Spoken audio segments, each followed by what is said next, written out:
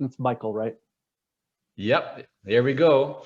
All right, so hey everyone, Michael Zapersky here, and today I'm with Tom McMakin. Tom, welcome.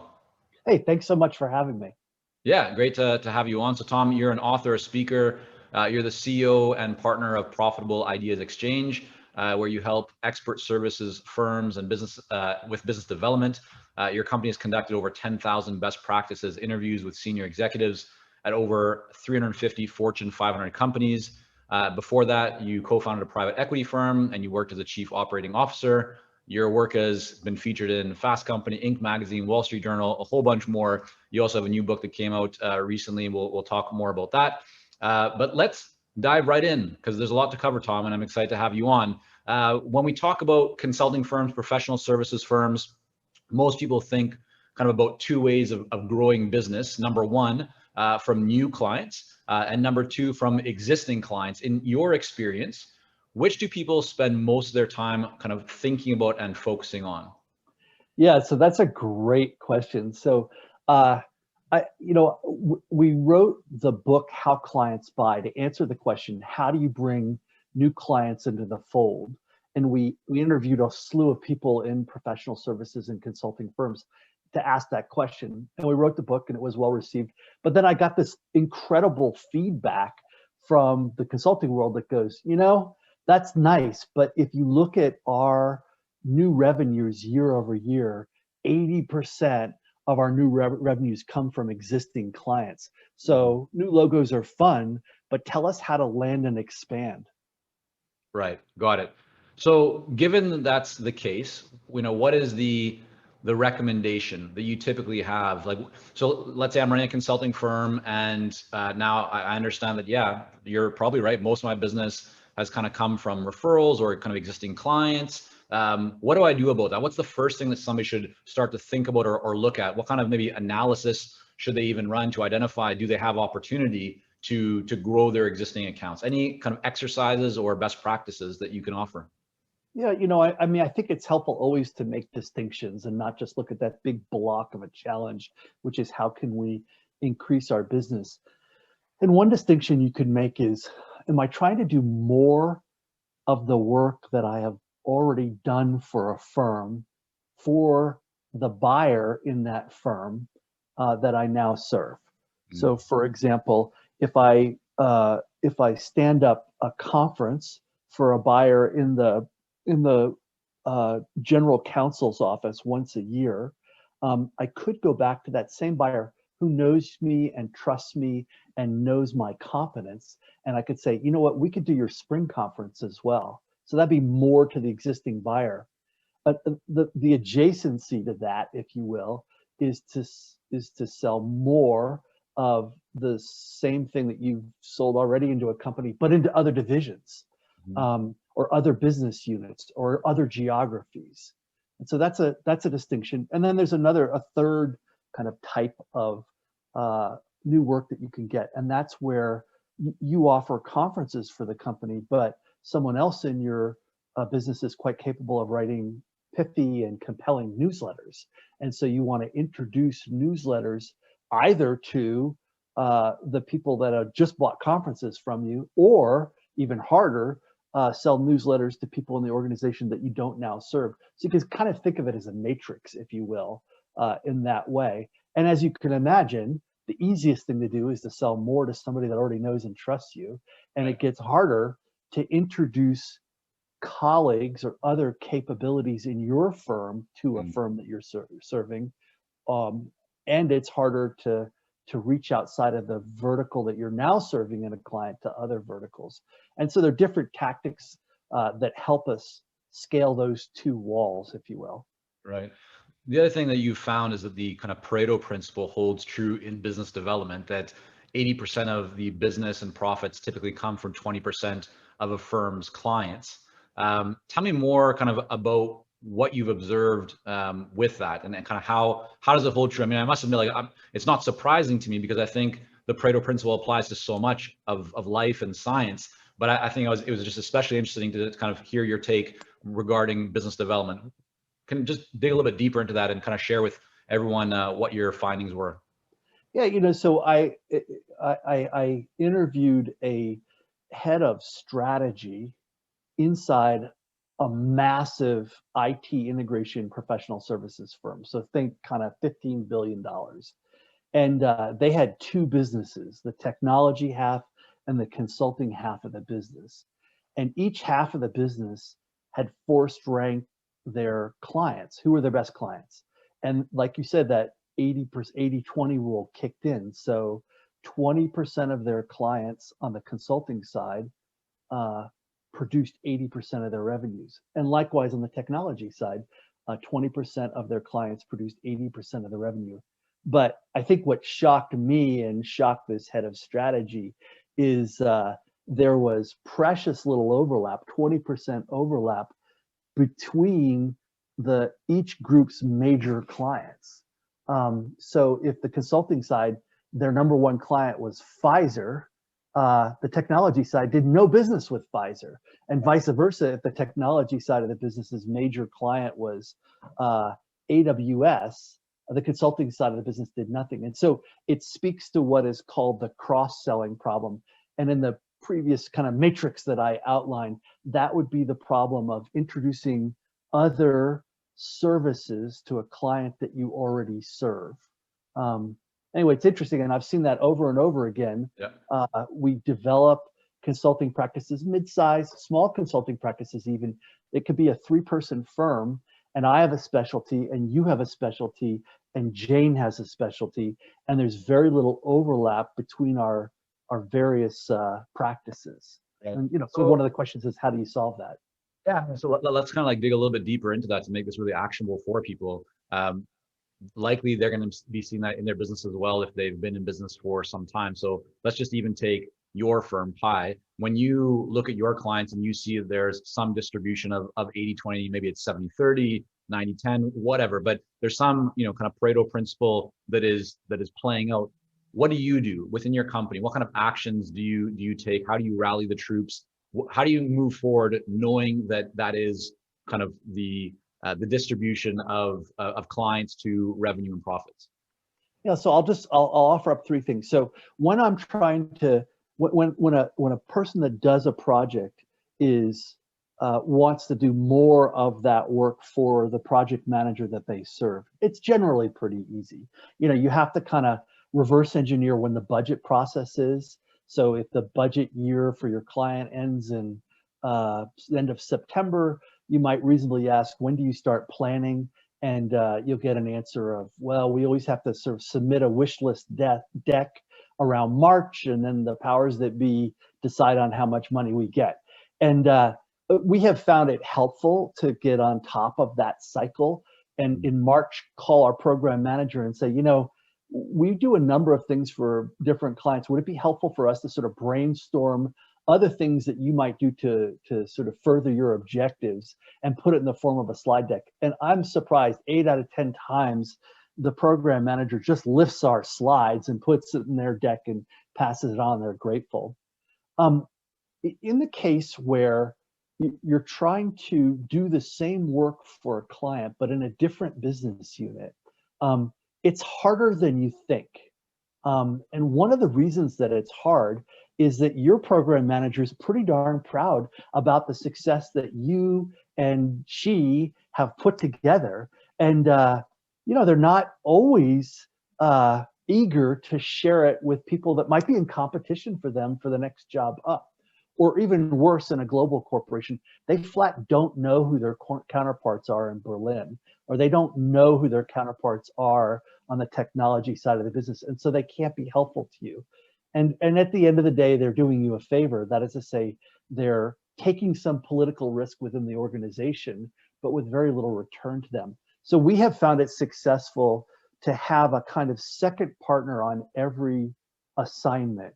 And that's a senior partner. And that's what a lot of the big professional services do. They have an implementing executive and then a senior partner that flies in every once in a while and says, is everything going well? We have that senior partner level up above the program manager and talk to the big boss and say, is this really working for you? How do you feel about the ROI? And by the way, would you mind introducing me to other people that report into you. And it eliminates some of the problems that we see. I think the last thing, and people have been doing this forever, is when we're trying to include another capability in our offering set, oftentimes we'll take out our program manager for dinner, and at the last second we'll say, hey, do you mind if I bring Michael along with me? He's my partner. He does the training half of our business. But we're in New York and he's got nothing to do tonight. Yeah. And then we introduce him. We're like, well, so Michael does a ton of training for consulting firms across the country. His specialty is sort of small and mid-sized companies. He's seen tremendous success. But Michael, I'll let you introduce yourself. And then Michael asks a question of the client. I got to ask, what do you guys do for training? Anyway, and there's a transfer of trust and a transfer of kind of trust around capability that occurs there. Right. I don't know if that makes sense. Yeah, no, it makes a lot of sense. I think that's really valuable for people. So thanks for sharing that. You touched on, Tom, about, maybe one or two reasons why clients within an organization hesitate to refer you to their colleagues within that same organization. What can be done to, so you mentioned, you can have a senior partner fly in, spend more time with a higher level partner, but let's say that you don't have that ability. Maybe you're running just a very small firm. Maybe you're a solo independent consultant. You're doing great work. You know that because you keep hearing that from the clients. Maybe you've been kept around for a year or two, but you're unsure of how to move deeper into that organization. What would be some recommendations that you would offer for people to kind of consider or explore that might help them as a solo independent or small firm to be able to kind of get their tentacles deeper into that client organization? Yeah, so I think there are a couple strategies. One, or tactics really. One is not to ask for a referral from your program manager that loves you so much. That can be hard for them, and they can not get to that. We've all had the experience of talking to somebody and they say, yeah, I'd be happy to introduce you to Bob, and then it never just happens. Right. I think a better use of those people, take them out to lunch, and to think of them as seeing eye dogs and go, hey, I'm curious about the wider organization, and I'm interested in, frankly, selling more of my services like I do for you elsewhere in the organization. Tell me what's going on. Like, what are the strategic priorities of the company? Are there divisions that they're putting money into and not? Are there group presidents that are old and tired and about to retire and aren't taking any risks?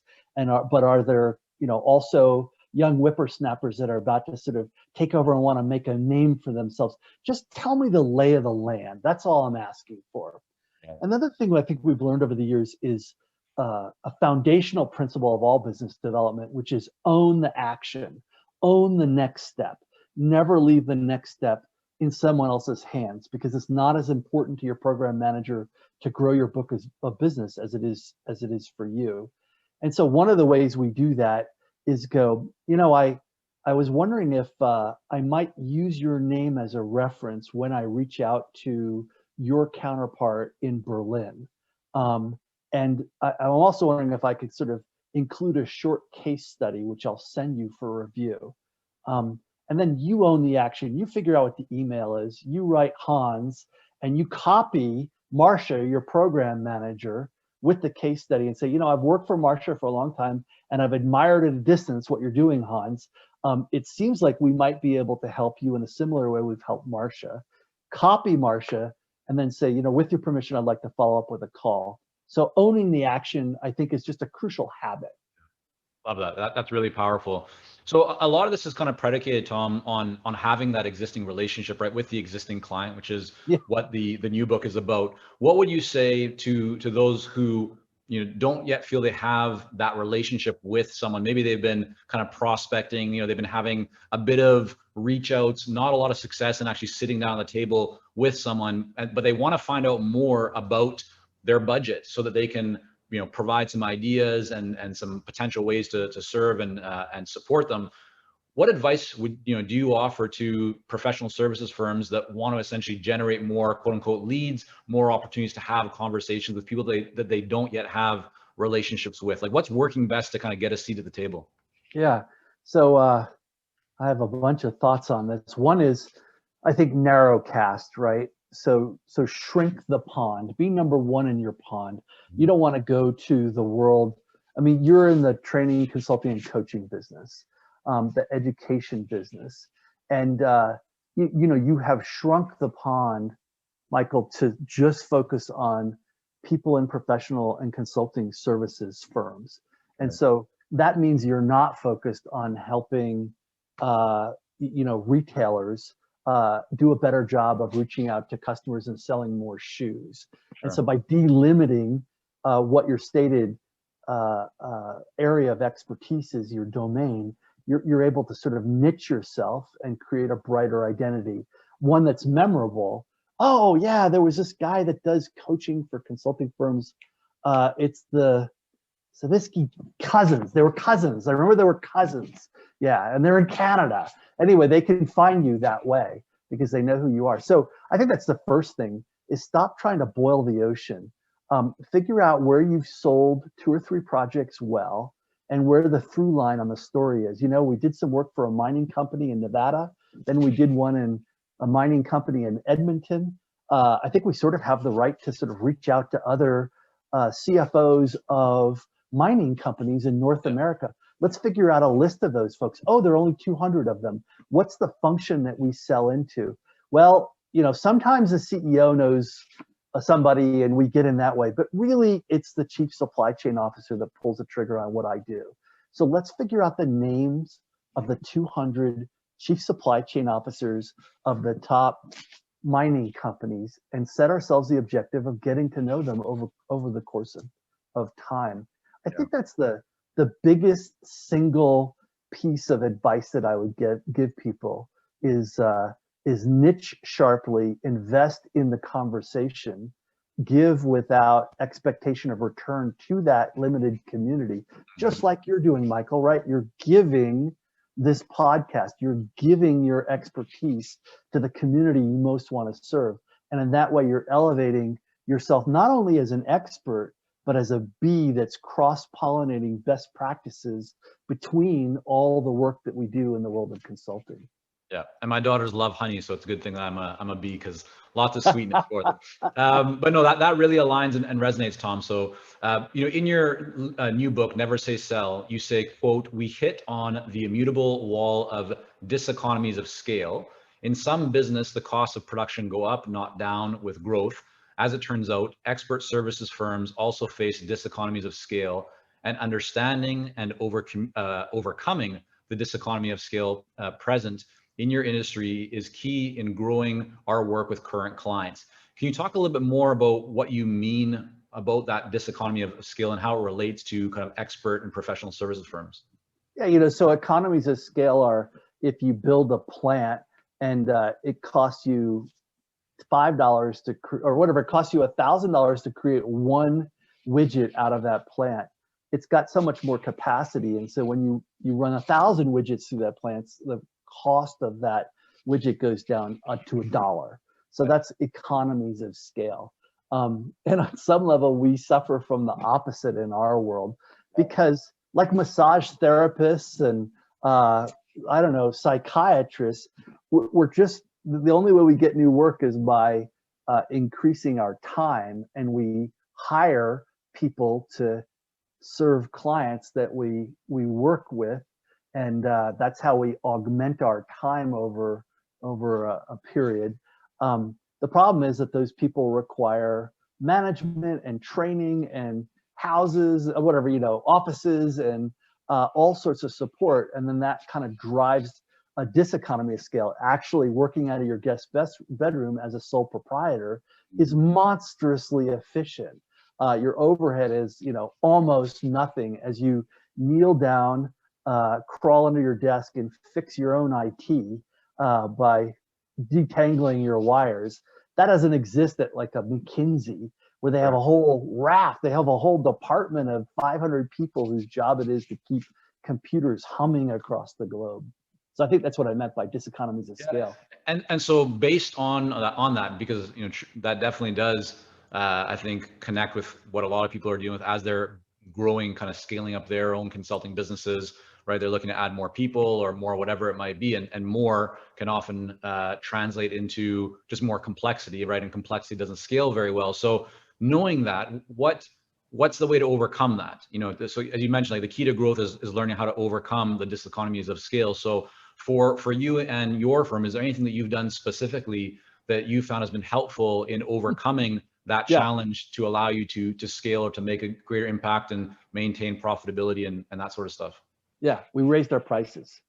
So, and I mean something very specific about that. A sole proprietor doesn't have even if they spun out of IBM and they were somebody in charge of digital transformation, they don't have the right to take on a global digital transformation project for General Motors. They just don't have the capacity to do it. They don't have the people to fly around the world and make it happen. And so sole proprietors tend to take on smaller gigs, and those smaller gigs tend to be more, the barrier to entry is lower, and consequently they tend to be bid more fiercely, and the margin or the price on the services are lower.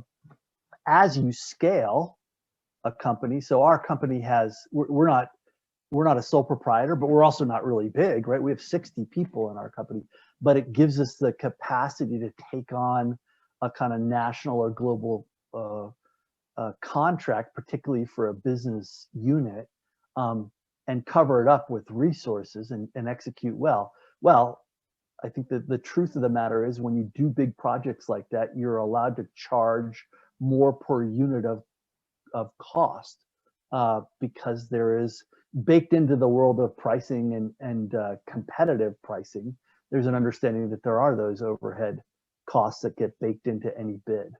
Right. You mentioned that one of the things you did was increasing prices, right? So that's a really great approach and strategy. Is most of your pricing in the projects that you work on in the engagements, is it on an hourly basis, a daily kind of rate? Is it a retainer? Is it project based, or using kind of value and ROI? How do you guys approach pricing, and has that changed at all over time?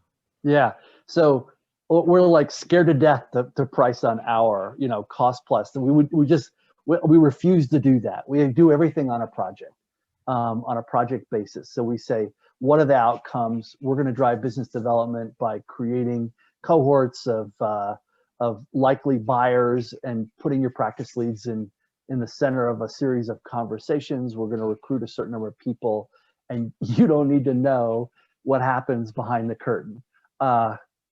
And so we price by project, Gotcha. and that gives us, otherwise you're defending hourly wages and you're tracking time. Like we don't track time like a law firm.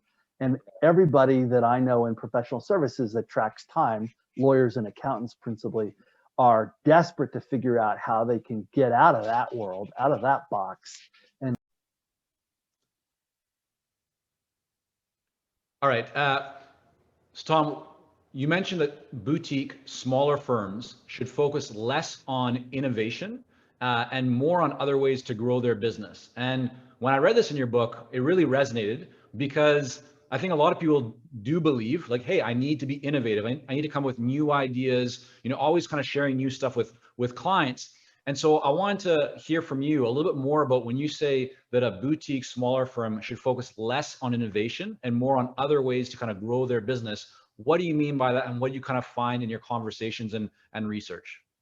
yeah, so I mean, I think we'll go back to that example of mining, right? So you did some good work for a mining company in Nevada, and then you did some good work in Edmonton for a mining company, and you write up some case studies, and you think, I'm going to get to know all the chief supply chain officers of the 100 biggest mining companies in the country. I'm going to go to the conferences. I'm going to try and present. I'm going to publish. I'm going to set up roundtables. I'm going to do a podcast.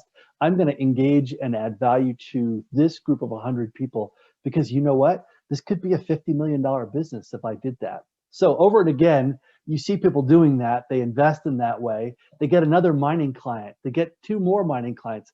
They hire someone from a mining client to add to their staff to be a consultant. And then someone goes, you know what? This vein, no pun intended, that we're mining right now is so profitable, and no one else is mining this vein. how about we spend some time and resources to figure out what else we could do in this world? And it's sort of silly as long as the vein is continuing to produce. You've invested 10 years of time and momentum into sort of establishing yourself as the preeminent supply chain consultant to mining companies. Your consumer product's good vision for what you do is a distraction. So now here's the deal, is that founders have this disease the worst.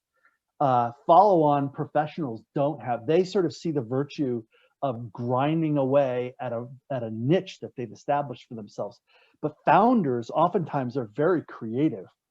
And they're like, this was so much fun. I've got another idea. My expertise could be used to help transit systems in the Far East. So I'm going to start dabbling in that world as well. And then they never get any momentum and they never get any scale. And they never really get a reputation in the industry for excellence. And so I think, you know, until you have 100 employees or so, the chances are what you should do is focus on the one or at best two niches that you figured out that you can own and do well. And when I say own, I mean as delimited by expertise, supply chain management, industry, mining, and maybe geography. I'm focused on North America, with the exception of Mexico. But I don't do any mining projects in Brazil or Africa because that just means I live on a plane all the time. So delimiting in that way takes time to sort of build a reputation, but don't fritter it away. Yeah, I think that's so powerful. I was just sharing this kind of a similar concept with clients in our Clarity coaching program from a marketing perspective. So often people will start to do some marketing, they see it working, go, oh, okay, this is working pretty good. Like, what else could I do that is different that might work even better? And they take their eye off the ball of what's already starting to work for them. And so I think whether it's playing out from a specialization and focus perspective or service offers perspective or marketing perspective, that focus and that consistency is so important. Tom, I want to thank you again so much for coming on here today, sharing some of the research from the book and what you've been seeing playing out in the space, which I know you've been in for quite some time. And so I want to make sure that people can learn more about the new book and about the work that you guys are doing. Where's the best place for them to go? You know, you could go to our website, profitableideaswithan.com, and our services are there, and the books, How Clients Buy, Never Say Sell, are there. But I mean, it's available on Amazon or Barnes and Noble, and either of those books, can be. You can find resources there. We have a blog on our website. We continue to sort of generate some insights based on interviews. But I'm a big fan of your work and your book. So when you're on Amazon and you're buying Never Say Sell, I want you to reach out and pull in some of Michael's books as well. Thanks so much, Tom. Appreciate that. Great to have you on, and we'll talk soon. Okay, thanks so much for the opportunity.